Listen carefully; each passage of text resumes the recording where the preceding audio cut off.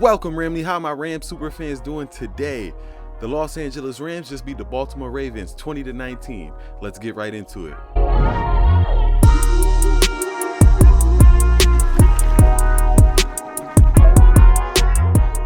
Alright, now in the preview of this video, the one thing I wanted to see was Matthew Stafford bounce back after having such a bad game against the Minnesota Vikings last week. Needless to say, not much changed from last week.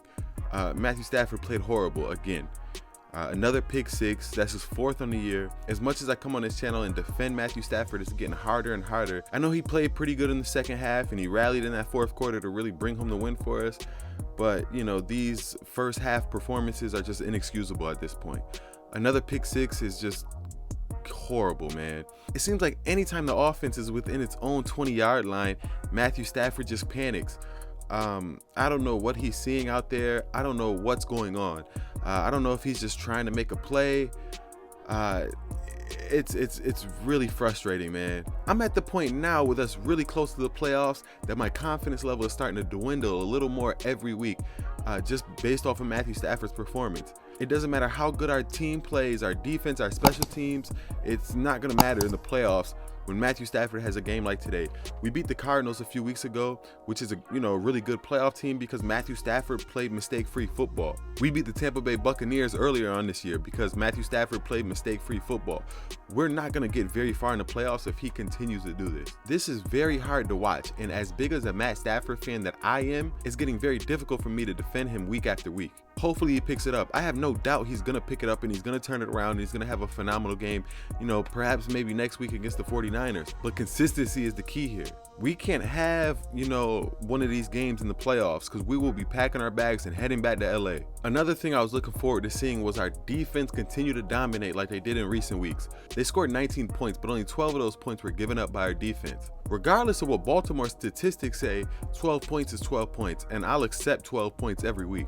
We held Tyler Huntley under 200 passing yards, 197 to be exact, 0 touchdowns, and 1 interception. We did a really good job keeping him in check, but where he did do his damage was on the ground. He rushed for 54 yards, and the team as a whole rushed for 165. Like I said before, this team lives and breathes by running the ball, and they were able to do just that. Luckily, our team did just enough when it counted to keep them out of the end zone. We gave up 327 yards of offense, but we didn't give up not one touchdown. I don't care what the yardage says. Anytime our defense cannot give up a touchdown, hats off to those big fellas up front, hats off to that secondary. Speaking of that secondary, I don't know what the hell was up with Taylor Rapp and Jalen Ramsey, but that can't happen, especially Jalen Ramsey. You're, one of the captains of this team. You're supposed to be a leader. You're a veteran. Come on, man. You got to do better. If you got an issue with your teammate, pull him to the side in between plays or, in between drives and speak to him. I did like seeing Aaron Donald grab Taylor Rapp and grab Jalen Ramsey and speaking to them both individually on the sidelines because that's what a leader does. And this, we don't have no time for none of that mess. So hopefully they get together. Hopefully, on their way home, when they got the win and they were back in the locker room, they talked it out like real adults do, because we definitely can't afford to have none of those issues on this team. Another thing I was really looking forward to seeing was seeing how close Cooper Kupp was going to get to these records. He did pass Isaac Bruce for the most single season receiving yards in team history. He's now the holder of the team's single season receptions and receiving yards record. And he finished this game with 6 catches for 95 yards and a touchdown. And with 6 receptions, he would still need 12 receptions in this final game against the 49ers to break Michael Thomas' single-season receptions record. And with 95 yards today, he is 136 yards away from breaking Calvin Johnson's record of most receiving yards in a single season. Now, the 12 catches seems like it might be a bit of a stretch, but I think 136 is very attainable. I'll definitely have my eyes glued to the screen monitoring every yard when he plays the 49ers next week. Once again, this defense played great. Jordan Fuller had that interception right before half that set us up for 7 points, which was really the difference maker in this game. That definitely swung momentum in our favor. A'Shawn Robinson had a sack. Leonard Floyd and Aaron Donald both had a half a sack, and Von Miller looked amazing today, getting 2 sacks and 1 sack to really ice the game and seal the victory for us. It was wonderful to finally see him out there wrecking the game.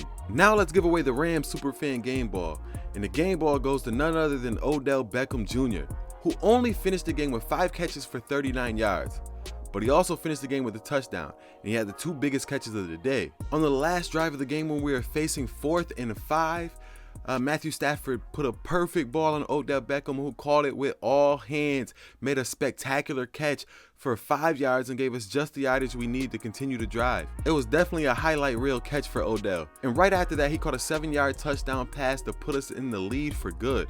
The amazing thing about Odell Beckham is even though he's not giving us huge numbers, he's giving us huge plays. And the way he talks about his teammates, the way he bigs up Cooper Kupp and everybody else around him, leads me to believe that maybe all that negativity that we heard about Odell before he got here might not have been all on him. Maybe it was the teams he was on.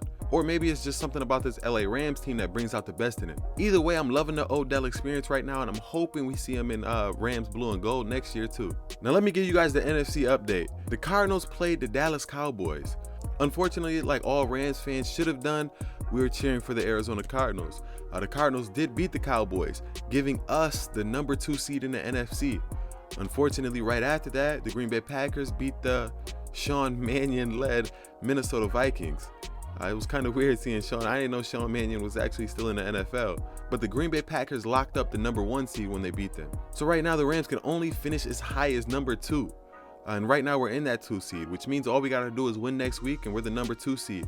And what that means is we will be playing in LA every single game unless we're playing the Green Bay Packers. Not only will a win next week against the San Francisco 49ers guarantee us the 2 seed, but it also guarantees us the NFC West. And also, I really truly believe beating the 49ers is something we have to do for our confidence before we go to the playoffs. This is a team we haven't beaten in a while. This is a team that embarrassed us a few months ago. This is a monkey we need to get off our backs so we can look forward to bigger things. Maybe I'm reading a little too much into it. I don't know. But be on the lookout for my preview of the Rams and 49ers game. But thank you guys for watching. Be sure to subscribe to my YouTube channel, hit that bell notification button so you never miss an upload, follow me on Instagram, follow me on Twitter, and make sure you click right here for more Rams content.